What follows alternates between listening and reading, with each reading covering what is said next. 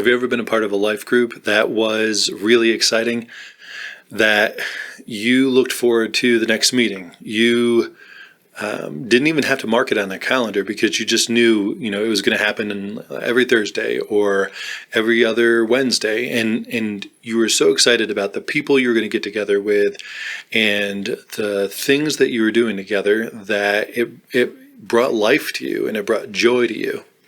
I hope so.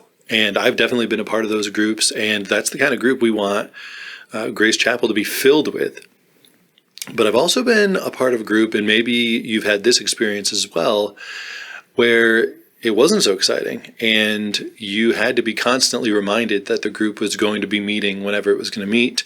And when you did find out about those meetings, when you got those reminders, you were actually kind of bummed because there's something else that you'd rather be doing on that day or time. And obviously that is not the kind of groups that we want to be happening at our church. So what is it that makes a group great or makes it not so great? And that's what this whole series of videos is going to be about. And we're going to start today with two things that are really, really foundational to having a great group. And that's having a vision and having a mission. And what I want to do is just really quick, what are those things? And really what they do is they answer questions. And actually in the next video, we'll talk about strategy and organization, and that answers a third really important foundational question. So here we go. First, when we talk about the vision, we're talking about where are we going? Where are we headed? What's this group about in that sense, directionally? And the mission is why. Why are we doing it? And so you can see those things really go hand in hand. And then the organizational aspect of it is the how. So we really need to answer those questions. Where are we going? Why are we doing this? Why are we going there? And how are we going to get there? Right? What's our mode? That makes for a really kind of imperfect analogy of a family road trip. So imagine that you are the head of a household and you've got designs for your family to do some bonding. You need, it's been stressful. It's, there's been work, there's been school, there's been a lot of distractions, and you just need to get away as a family, have some quality family time. So how do we go about that? So we find out here's an amusement park. It's 10 hours south of us. We're going to travel down there. We're going to have a great time. When you convey these things to the rest of your family, it could be that your family just loves each other. You say, hey, everybody, jump in the car. They jump in the car. Nobody says, are we there yet? Nobody says, where are we going? Nobody ever gets bored on the car trip. It's just a blast. And if that's your family, because you could get the wear down and everybody could show up. Somebody pulls out their laptop. I've got some work that I didn't finish. Somebody else is glued to their phone because there's a game that they're really into or social media that they're glued to. And somebody else wants to, there's a neat attraction or shop down the road. They're going to go see that on their own. So you got to the place you were going, but the why of family bonding was totally lost on everyone. So you can actually accomplish a vision in one sense of it without really getting to the heart of the mission, the purpose of the trip. You can also do a lot of family bonding, have a lot of alone time in the car, but if the amusement park was 10 hours south and you get on the road and start going north, you're never actually going to get to where you're going. Maybe that's okay with you. You eventually get home and you say, we didn't go to where we were going, but along the way we had a great time. What an adventure. Well, in a sense, you kind of changed the vision because of what their mission was, and maybe the mission was just more important. The point here is not to get into the weeds of the analogy, but just, again, to show how they're all important. When it comes to our life groups, how important it is for us to be able to communicate to our people and for ourselves as leaders to know, where are we going? And why are we doing this? This can sound kind of businessy, and be like, oh yeah, mission, vision, and strategy. That's business stuff. We're taking business stuff and we're fusing it in the church. But that's not true. I just gave you a very practical example of how vision and mission and strategy all work into our everyday lives. In addition to that, I'd say that we see it quite a bit in Jesus' life. Jesus talked a lot about his mission. He came here. He says, I have come not to be served, but to be a servant and lay down my life for many. I've come to seek and save the lost. I've come to testify to truth. I have come to give life and life abundantly. So there's a lot of things that Jesus said, here is why I am. Here is my purpose, the why I am here. But also, Jesus casts a vision for a new kind of kingdom. He says that he's going to establish this kingdom, but he then leaves it to his followers for them to. They've been disciples of it. They've learned about it. Now they're supposed to go and make disciples and teach them everything that Jesus has commanded. And that is going to, Jesus's kingdom could only start with him being there, but really the vision, the bigger vision of what it could be, could only be with Jesus dying and then raising and having his followers carry the torch. So we see very much in Jesus's life a vision cast and a mission that really grounded him. When we get to thinking about, well, what is your life group's vision? What is your life group's mission? They should at least be complementary of Grace Chapel's mission and vision, if not fit right into them. So what is Grace Chapel's vision?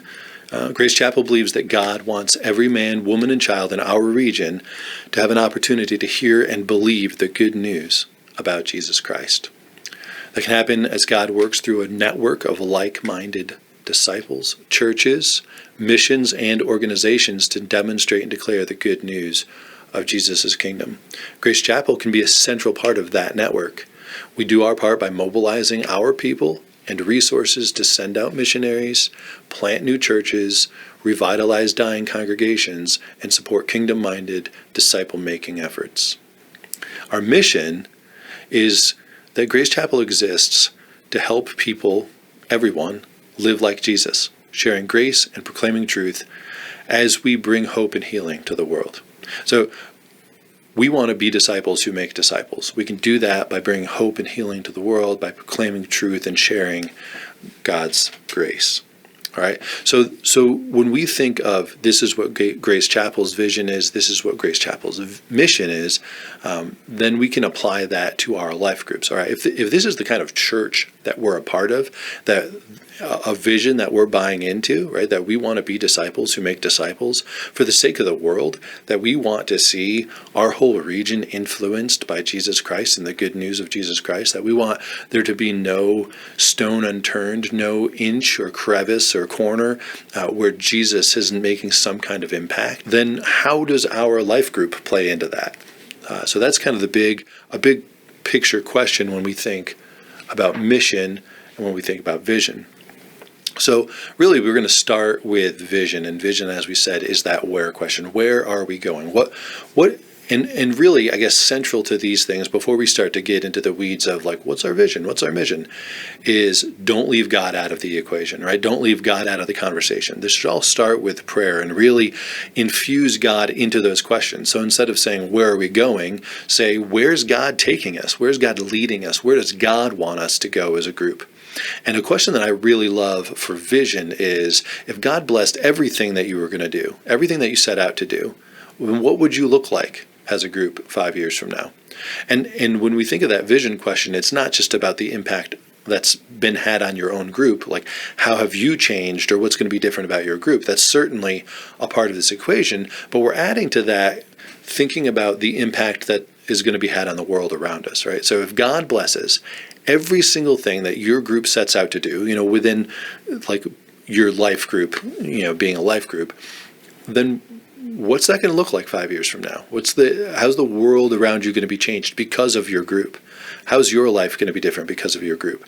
And that's looking into the future, right? That's seeing the vision of what could be. With that, kind of a challenge is once you've kind of got that answer and you've thought through those questions, I would encourage you to God size it. And so what I mean by that is, if you think like, oh, I'd feel so much closer to God, and I'll be so much closer to these other people that I'm doing the life group with. We'll have such great relationships, and if we do this really well, like we'll slowly bring other people who aren't even Christians now. We'll bring them into the mix weeks, and they'll know Jesus, and they'll want to follow Jesus, and they'll become Christians, right? All right, that's great. So you're looking at 5 years from now, you've got better relationships, a better relationship with God, and maybe you've made 3 or 4 disciples. So God sizing it is taking that same answer, but really pressing the pedal down on what if God truly blessed everything you set out to do? Because what I just said is amazing and would be great, but feels really attainable by human measure and effort. But what if God got hold of it, right? So really press that into there and think, man, what could this look like? Not like realistically, what would this look like in 5 years? In a dream world, what would that look like? And then so that becomes your vision. And then your mission flows from that. If that's what we're setting out to do, then why are we meeting every week? Like, why are we getting together? Why are we even a group? We're getting together to try to accomplish that. We're getting together to try to work towards that vision. A good example of this would be a group I was in, and we set out and we started. There was a lot of people that were driving 25, 30 minutes just to get to the meeting place. And so right from the beginning, we cast a vision of saying, this is a place, we live in a time where people just need connections. They need good community, good relationships. And we want to be a group that can provide that for other people, in particular, because we've got a lot of people that are driving far to get to this location. The vision is that in 5 years, this group would actually be filled up and populated by people that are local, right? Is that the host, that we would, the kind of the vision then informed the mission. So like, why are we meeting? What are we doing? Well, since that's what we're going for, our everyday kind of task was we're going to meet together. We're going to create great community. We're going to have that be Christ-centered, right? So that it looked a lot like a traditional life group would be. We ate together. We looked into God's Word together. We shared prayer requests together. But instead of just doing those things and checking those boxes, we had very specific purpose for why we were doing this. Why are we doing this? We were trying to create community that would be attractive and good for the people in that area that were looking for that kind of community. And so with the vision and the mission, we were able to accomplish those things. Now, what if you're just looking at it and you're like, well, I've got no idea. When I think about what my life group could be 5 years from now, like that's just, maybe that's okay. Maybe you're a mission first kind of leader and you're thinking like, I don't know what we'll be, but I know what we're supposed to do now. And that's also a fine place to start. So maybe you're thinking, for an example, like I just need Christian encouragement. And so I would say if you're a mission first person, then that's where your mission's going to flow out of, is not the vision, right? Because you didn't do the vision first. Your mission's going to flow out of the shared felt need of your community or of your life group, right? So you look around the table, you look around the couches, the love seats, and the chairs, and what is it? What is our shared desire? What is our shared need? So maybe it's like, man, life is hard and we just need encouragement. All right, well, there you go. There's your mission. Why are we meeting? We're meeting to encourage one another. Okay, well, then you can ask the vision question after you've got the mission. Well, we know we want to encourage one another. What do we do? What does that look like? If we do a really bang-up job of encouraging one another for the next 2 years, and God blesses our encouraging of one another, then how would we be different a couple of years from now? How would that affect the way we interact with our neighbors, the way that we interact with the world around us? How will the world be impacted, right? And then from the mission, you get your vision. The encouragement, like the challenge I gave with the vision, was to God size it. The challenge I'd give for the mission would be make sure that it solves a problem. All right, because if I can meet with a group every week and say, all right, we're here, glad everybody could make it, and just, let's not forget, this group exists so that we can encourage one another. I mean, it's good we all agreed on it, but that it's really got to solve that problem. So state what the problem is, because I could say our mission is to encourage one another, and that's compelling. But it's a lot more compelling if I can say we live in a really tough world. It's tough to be a Christian. It's tough to live out the values of Christ every day. It's tough to live out the one another's that we're called to as a Christian family. And in order to do that, in order to live that life and be the people that Christ is calling us to be, and the ones that he's changing us into to be more and more like him every day, we need each other. We need each other's encouragement. And that's why we are meeting together, because the world is tough and it's tough to live as a Christian in the world. We need to encourage each other. And so we meet on a regular basis to do just that. All right, so that's a much more compelling way to express your mission. All right, so what's next? What's next? All right, so you've got your vision, you've got your mission. You really write it down and evaluate it. And you've got 3 questions that I want you to, after you've got that down, you're like, all right, well, here's our vision, here's our mission. Here's 3 things to ponder. 1, is this a point of agreement?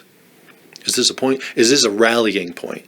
So when you talk about this is where we're going and this is why we're doing it, hopefully everybody's on board with that. If we go back to our family trip analogy, if I say, hey, we're going to go to an amusement park and have some family bonding time, and nobody wants to, we're all like, oh, we're too old to go to an amusement park, or I don't want to bond with my family.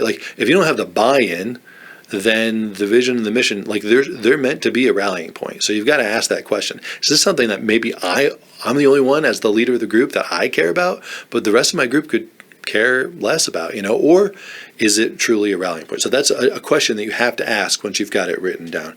The second thing is it motivating? Right? So everybody could agree about it, but is it inspiring? Is it something that everybody is really feeling that need or catching that dream and that vision of not only do I agree with it, but I'm excited about it. And that's going to make a huge difference for your group. Now, keep in mind that just because this is your vision and mission today doesn't mean that's what it needs to be next year or 2 years from now.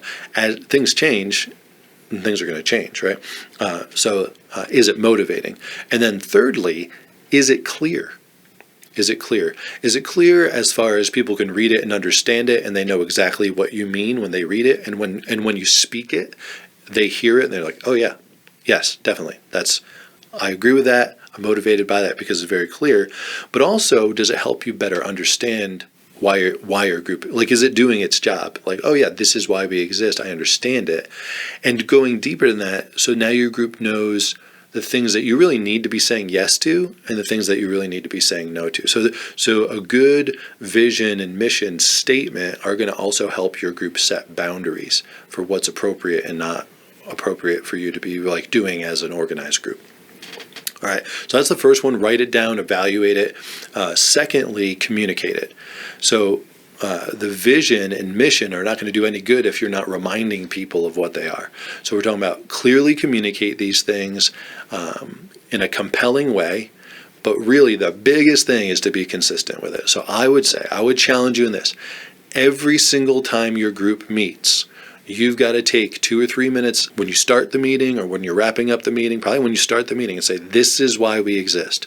This is the purpose of our group. Here's the problem, and here's what we're solving by meeting. And if God keeps blessing this is our dream. This is what things could look like a couple of years down the road. Now, that 5-year thing, that's going to be relative to your group. So if you've got a group that's intentionally only going to be meeting for 3 months, then a 5-year vision is not that big of a deal. Maybe you've got a 6-month vision or a 1-year vision. So kind of tailor that to what your group is and how it's going to function. But consistently communicating the mission and the vision to your group. When you're shooting out emails to people, when you're sending reminders, or you just think about it and just plaster it up on your GroupMe's interface or whatever. It's got to be something that people are constantly reminded of, so they don't get to the "Are we there yet?" or "I'm bored" or anything like that. You're inspiring them consistently with the vision and mission. And lastly, just don't wait. If your group does not have a vision and a mission that as the leader and one that you can communicate, then get on that. Make that your goal right now. Do not start meeting until you have this down. Or tell everybody the first 2 or 3 or 4 meetings that we're going to be praying together. We're going to be talking about where's God taking our group. Why does our group even exist? Why, and kind of we're going to breathe some fresh life into our group when we kind of rally around these conversations and talk about vision and mission. Thanks for your time. Thanks for your passion and your leadership, for taking the time to prayerfully guide a handful of your peers or fellow church members or people that are out there in the world so that we can help everyone become like Jesus, sharing grace and proclaiming truth as we bring hope and healing to the world.